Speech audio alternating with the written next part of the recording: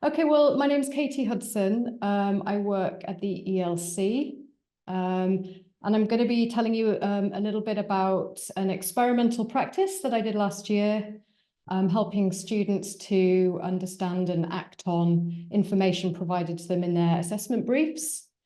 I think it should take about half an hour.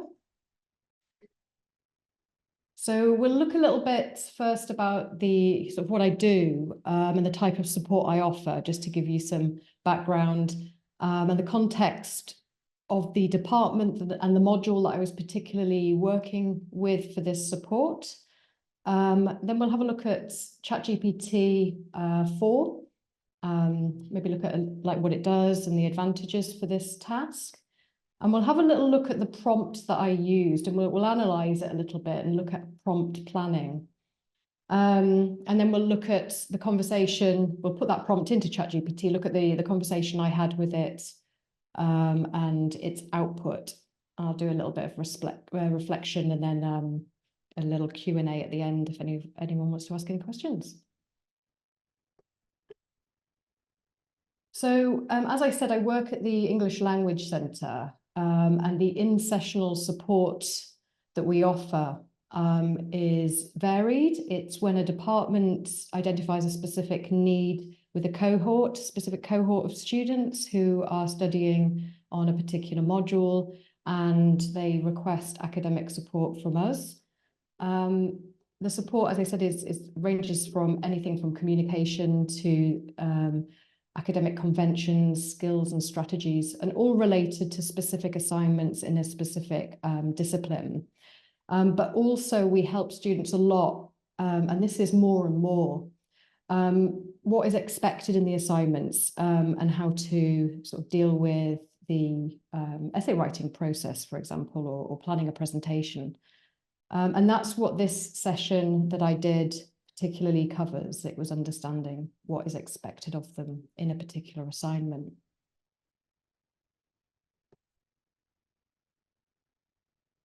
So the degree program that I was working into was the Masters in Nursing, and it was managing complexity in clinical environments. And that was in semester 2 last year. So we decided to organize the support in a method of co-teaching, and this is not very common. It was an experimental part of the support as well. It was very effective, and it was very enjoyable for both myself and the module tutor. We found it was supported the students well because it ties in with the theme of the lecture. The students are already there in the room, whether it's the lecture hall or the seminar room, and so the attendance is high for the support, and it's really time efficient. We don't have to program these sessions outside of their lectures, and I'll reflect a little bit on the co-teaching at the end as well. So the understanding the assessment brief session of the support was in week 2, so very early in the semester. There were, I think, about 8 in total. On this particular program, on the program, yeah, there are 10 to 20 students, and the majority are international students. And for this year that I was teaching into, there were 13, and from quite a range of countries, and they were all international students.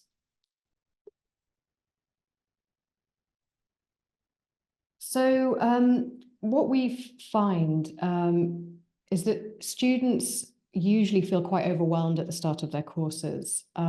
These quotes from a guide on higher education assessment, they kind of mirror how our experience as teaching into support.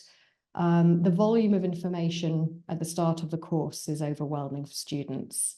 And we find that in our teaching that students benefit from working together to understand what they have to do. So they're reaching a collaborative understanding of the outline, the assessment brief, and if they have a tutor there as well, they end up feeling a lot more confident about what the assignment is asking them to do before they start the essay writing process. and just launch into research, or what some of them do, just sit back and don't do anything until the last minute. So if we can set them off with feeling a bit more relaxed, with a confidence about what they've got to do, then it gives them a better chance of starting their research correctly, accurately, and effectively.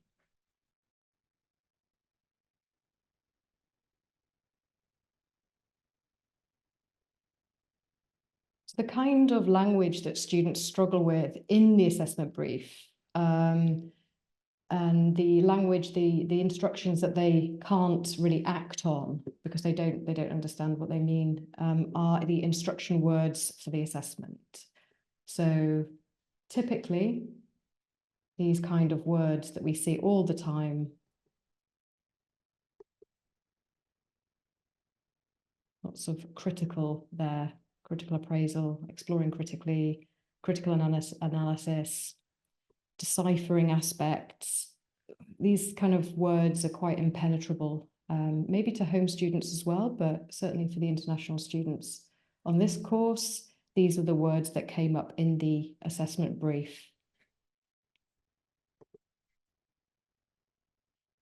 So let's have a look at the model that I used. I wanted to use ChatGPT. I had paid for the higher level, number 4, the more sophisticated version from the beginning. So overall, just an overview, ChatGPT, it's a chatbot. It's a virtual assistant, and it was developed by OpenAI and launched at the end of 2022. It's based on a large language model. It interacts in a conversational way with the user. And according to OpenAI, the dialogue format makes it possible for ChatGPT to answer follow-up questions, admit its mistakes, challenge incorrect premises, and reject inappropriate requests. It's becoming more and more sophisticated, at every update. So this is the model that I've been using. The free model is 3.5. It's appropriate for what I'm going to show you, absolutely 100%. And actually, I think the GPT-3 users can access 4 if there is spare capacity, although I think that's infrequent. So the reasons I use ChatGPT 4 is that it's multimodal. It just means that I can upload different texts, different documents, rather than copying and pasting into the chat. It is a bit more accurate. It has a larger short-term conversational memory. So it just means that although you do have to keep reminding it, in my opinion, about the topic and the task, that it really stays on topic for you. It can process a larger amount of text. So if you're uploading papers, it can deal with more tokens, that is more words or items. And something I won't go into today, but it also has a function where you can customize your chatbot to fit a specific need. And I've enjoyed playing around with that aspect of it as well. So that's what we'll be using to have a look at today. So before you open ChatGPT and before you start to engage with it in a conversational way, it's really important to plan a prompt and think about your prompt in a really systematic way, and set out the task that you want it to do in a similar way to if you were doing the task on your own. So if your task has multiple stages, understand the stages, separate them into clear instructions. I use Notepad, just because then when you're pasting it into the ChatGPT, it's completely unformatted. And so there's no confusion at all there with the formatting. So let's have a look at some do's of prompt planning. So introduce and explain your background. It's important to give it your own background in relation to the task. So details about your experience, who you are, maybe related to, in this context, related to a language level. It could be related to nationalities. It could be related to experience. So it really helps with the production of an accurate response if it can understand where you're coming from. And then explain the context. So what are you working within? Any parameters, any information connected to the task? And what's the problem? So if there's something to solve or something you're having difficulty with, outline the issue as well. Tell it what kind of role you want it to take. Maybe it's a critical friend, maybe it's a support, maybe you would like it to be a specialist in a certain topic. Tell it what you want it to be as well as what you want it to do. And state the specific task objective. When you're writing, use concise short sentences. Before giving instructions to create output, it's a good idea to just ask it after you've given it the task objective. Does it understand the task? Does it understand its role? And does it need anything else from you before it does the job? And this is what's called a metacognitive questioning. It's really helpful, and it's quite fun as well to interact with it in this kind of way, asking it, especially later on, you can ask it like why it's done something or why it's interpreted your instruction in a certain way if you think that it's not done it to what you how you expected. You should be specific about the expected output. So what kind of format, any restrictions, criteria, any tone you want it to take. And as I said before, it's a good idea to reiterate just any specific key terms or anything specific related to the task at each stage of the task, of the instructions, just to make sure it maintains a clear focus. So considering all of these so-called rules of prompt planning, we're going to have a look at the prompt that I did and gave to the students. And this is what I worked with the students on. And we looked at this in the lesson and looked at how the GPT supported them. So let's see if I did what I've just instructed here. So I've given it quite a lot of background. I've said China, you know, the student would obviously put their own country in. All of that grey part is the background. And you can see that I've also added feedback that the tutors have given to me as a student in the first semester. So this is an example, obviously. Students would personalize their prompt and put whatever, you know, they needed into this. The blue is the context and the issue. So we moved almost from like talking about the past into what is the present context and the present issue. And then the pink is the defined role that I would like the ChatGPT to take and the task objective. And the yellow there is the metacognitive question. And we'll just have a look at what happened when I put it into.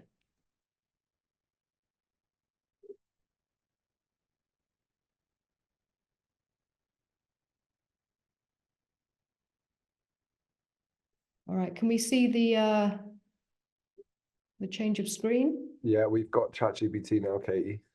Yeah, brilliant. All right, so I've given it the exact prompt.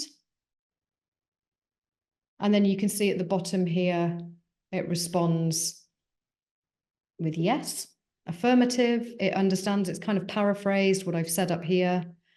And then it's instructed me to go ahead and tell it what it wants me to what it wants what I want it to do. So you can see that's kind of put my mind at ease as well. So now I can move forward with the second part of the prompt.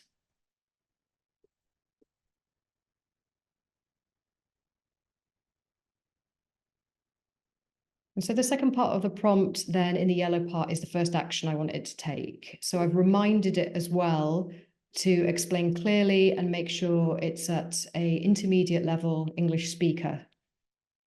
And then underneath, this is the first section from the assessment brief that gives the overview of what's expected of the student.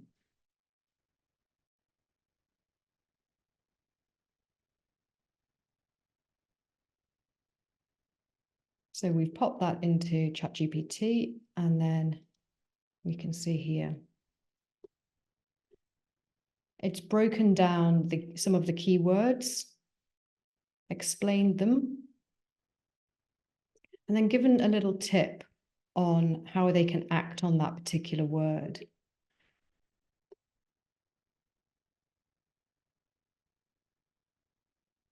Now, at this point, it's chosen which keywords to focus on. And when I read through it, it's what I would expect students to have difficulty with. But I did explain to students that, you know, if it misses something out, or if you want to put the words in yourself, obviously then, you know, you need to personalize your prompt. Also, a nice element is,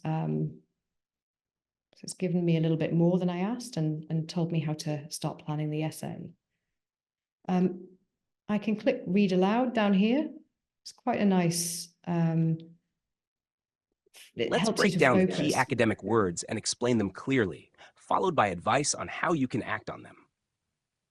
1. Explore critically, meaning explore critically means you need to look at the topic of complexity in healthcare in a detailed and thoughtful way. You should not just describe what you find, but also evaluate and question the information. This means considering the strengths and weaknesses of different ideas or viewpoints. How to act. All right. So students might find it useful to have an audio as well as just the written text as well.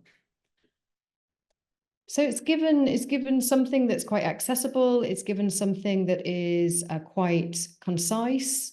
It's quite succinct. And the students, when they saw this, you know, they were quite shocked. They couldn't believe that something was helping them in this way, and it was really clear.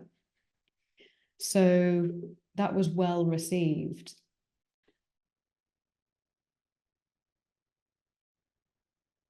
And then the students thought that actually that wasn't enough. So I asked them in the next part of it, you know, what else would you want help with? How can we move forward with this?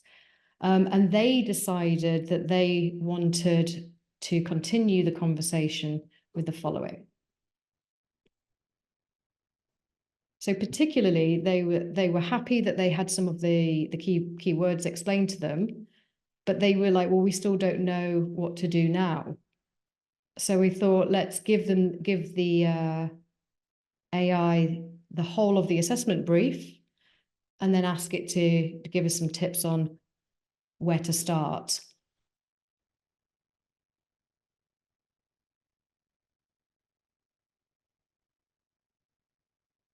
So here I uploaded the whole of the assessment brief. So it's just one page, but it breaks it down even more into advice and ILOs and things like that.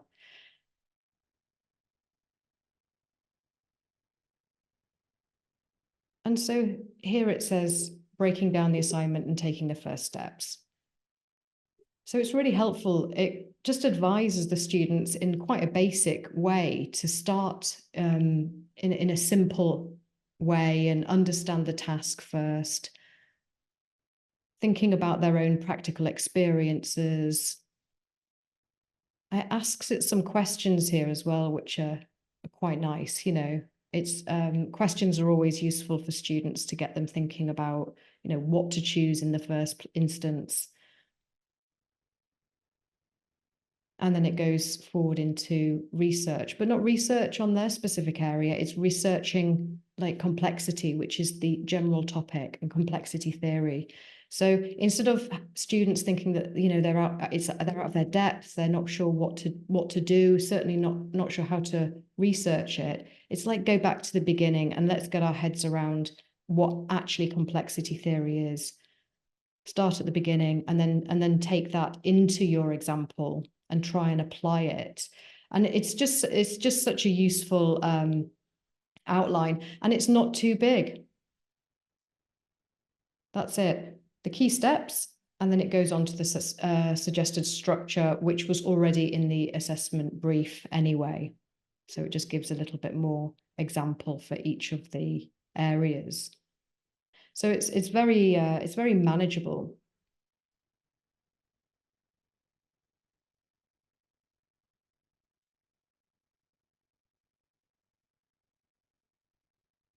So at the end of the session, the students responded really well to it. We asked them for feedback using an MS form, and they said that they really enjoyed it. And actually, it would be really useful for them to be shown how to use this and do this kind of support right back at the beginning of semester one. And so responding to that, that's what we're doing this year. We're doing the same kind of thing, looking at the assessment brief, and then we're also going to try to look at how the ChatGPT can help them and question them in order to develop their research interests. And that will be specific to one particular module in semester one. Regarding the co-teaching, we thought that went really well as well. We learned a lot. So myself and the module tutor learned a lot from each other's way of teaching and interacting with the students. The students benefited from being able to have direct content-specific support. So that was the module lead. So while I was leading some of the tasks, then the module lead could spend time with the students doing the tasks, watching them, and it gave her an insight into their strengths and weaknesses as well. And we both really enjoyed that. So we'll be doing that again through semester one and semester two. Things to think about moving forward with these kind of sessions. Sometimes the bot doesn't give you exactly what you expect. Sometimes it gives you a lot more. Sometimes it goes off tangent a little bit. And so it's important to teach the students to be critical of the output, only use what you need. You don't need to take everything.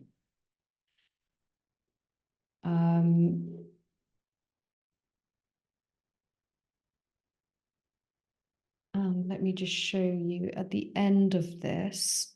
I asked it here, you can ask it to give you the interaction as a Word document, and then you can download it. So then you can work with it and edit it and adapt it to your needs. So that's really useful as well.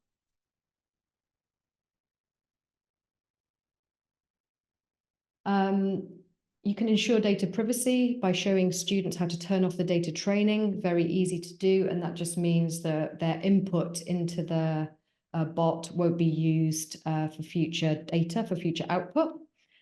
And then also you can show students that, well, they can download the app, the ChatGPT app. There's a dictation option if they prefer to speak rather than type.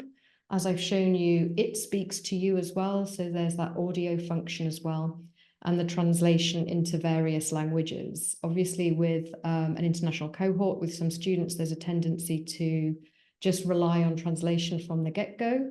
But as we talked about in our session, that translating those kind of critical words and expressions, it might be translated incorrectly. So it's better to try and understand it in English first, and then translate the more basic output into your own language to get further clarity. So it's 2 or 3 stage process, just to get what you want and to edit and adapt it for your own needs. Obviously, we're going to gather feedback as well, have more focused questions, and use the student responses to try and improve these sessions, and maybe build further sessions using the same model. But that's everything from me. Thank you very much. And I'd like to invite any questions if you have any. Thank you, Katie. That was brilliant and a really useful way of seeing the students engage with the technology. I think in ways that develops all the skills we've talked about in Gary and I's session, wanting them to have that data literacy, prompt management, all of that. You've covered everything. So thank you for that. We've got a few questions coming in. First question, Gary's answered it in the chat, but can you turn data training off on the free version of GPT? Gary, do you want to pick that one up as well? I know we sort of covered that in yesterday's session. Yeah, go on, Gaz. You can answer that. Yeah, you can. For the first sort of year or so of the free accounts, that wasn't an option. But I think in the middle of or end of last year, they made that an option. So any free account can use the model 4, like Katie explained before, normally for a couple of messages a day if there's some capacity. But even if students didn't have that option, they'd still be able to use 3.5 and they get similar results. Yeah, great, thanks. And Katie, Meg asked, did all the students need their own paid license? No, that's just as Gary said, the free license, especially for a task like this, it's not too in depth. And it's like I said, if you really plan your prompt and guide the bot in a very, very structured and clear way, then it's clear on the suggestions and support that it's giving you. So the assessment brief is not too complex anyway, and the 3.5 model will absolutely deal with this very easily and accurately. Brilliant, thank you. Lena's just picked up on the demonstration of the Word document, which is a really useful tip, especially for creating accessible Word documents. So you can ask it to output into an accessible Word document and it will give you that structured. Was that something you picked up as part of this project, or did you just know it anyway? What, the Word? Yeah, the Word and Excel and things like that. Have you used that before? Since, yeah, it's something that I've learned since. I mean, this was last year, so yeah, there are many things now. I mean, going forward into next year as well, there's going to be more things that I can add to this, and the way that I teach students and the way that I teach them about prompts. I mean, I've learned so much in the last year, so it's just getting more and more sophisticated, isn't it? Yeah, and there's a really good question from Kush that I was going to ask myself as well, similar. So because the students are coming so close to doing the essay or assignment, using the technology, is there a danger that they then verge into creating substantive content with it?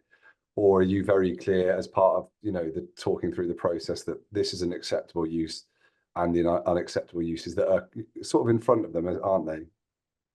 Yeah, I mean, at the end of the day, it's up to us all, isn't it, to come together to really, really help students understand what is ethical and responsible use and what's completely unacceptable in terms of just getting it to produce their own work. And having those items reinforced to students by each department at the beginning and during the course is really helpful. I mean, I'm doing academic support, so I keep reiterating that this is, ChatGPT as a critical friend, as a critical support buddy. And that is an ethical way of using it. And that's something that, if they get good at using it for that, it will help them produce their own work. So I think it's, I think we can really separate the support that it can offer. And then there is the actual working with it to produce content for their own assignments, and that's not something that I'm doing in this type of support. I'm purely sticking with it as the critical friend and critical support buddy. Yeah, thank you. And Meg asks about the multimodality. Did you present the conversation to the group rather than getting the students to all have their own conversations? Yeah, at this point, it was quite an experiment for me. So I'd prepared it before. I didn't really know how it was going to fit into the session, because the session was, just about looking at the assessment brief and helping students to understand it. So I had this in the back of my mind to do, and we reached a moment in the session that I thought it was a pertinent moment to just go ahead and show them this. And not all students had laptops. So yeah, I couldn't just get them to do it. So at the end of it, it was like, go away, here's the prompt, go away, do it yourself, and see what you can do with it. But I think for next year, because we've got a couple of GenAI sessions, what we're going to do is we're going to be able to ask them the next session how they responded to it, and hopefully students will have the laptops in the session as well. So yeah, it'd be good to make it a bit more interactive with them and get them using it. That would be a good idea. Yeah. Great. And Tony's asked, well, he'd like to do the same thing in the second semester, but with zero knowledge experience. And this will apply to a lot of colleagues. How do they get started, and who should they ask for support with this? Did you have anyone that you went to for support? Myself? Yeah. No, just pure experimentation with this. Yeah. That's just, the whole thing was a big experiment. Like I said, I paid for the more sophisticated version from the get-go, and I've been using it from the minute it was launched, to be honest. Yeah, and Tony, I would recommend, I'd self-plug here, CIE, Centre for Innovation and Education. We have a license that we can share with colleagues that want to work directly with us. And we'd love to do something like this. Katie, I think we'll take yours as a brilliant case study, if that's all right with you. We'll look to develop that so we can get other colleagues using it if they want to, and we'll take what you've learned and implement that as well. Yeah, 100%. And just let me know, just contact me on Teams, if you want to chat, or if you want any support creating your own stuff. I'm totally happy to collaborate or just chat. Yeah. Brilliant. And on that topic, there's a call for papers actually in the latest Developing Academic Practice journal for AI. I think something like this would fit that very nicely. I've just put a link to that in the chat. That will be published next year sometime. So if anyone is working on similar, case studies and excellent practice like this, and you'd like to submit it, that call for papers will be it'll be circulated soon, and Katie will definitely get you a copy as well. Is there any more questions in the chat? We were scheduled for half an hour. I'll put it up to an hour just in case we wanted to, have more time together. But anyone else want to ask anything? There's nothing coming through. But any sort of final closing remarks, Katie, on the process? No, I mean, I would just say, if you haven't got involved yet with exploring using AI in this way, then do it. It's fun. It is fun. And in the way that I've shown everyone here, that it can really be a springboard for students to start a project or an assignment. It can be for you as well. I found it just takes all the procrastination away at the beginning when you start to engage with it, because it'll give you amazing ideas and sort of really clarify up the planning process for whatever project you're doing. Yeah, brilliant. And getting the students using it again, fantastic use of it. So thank you, Katie, from everyone.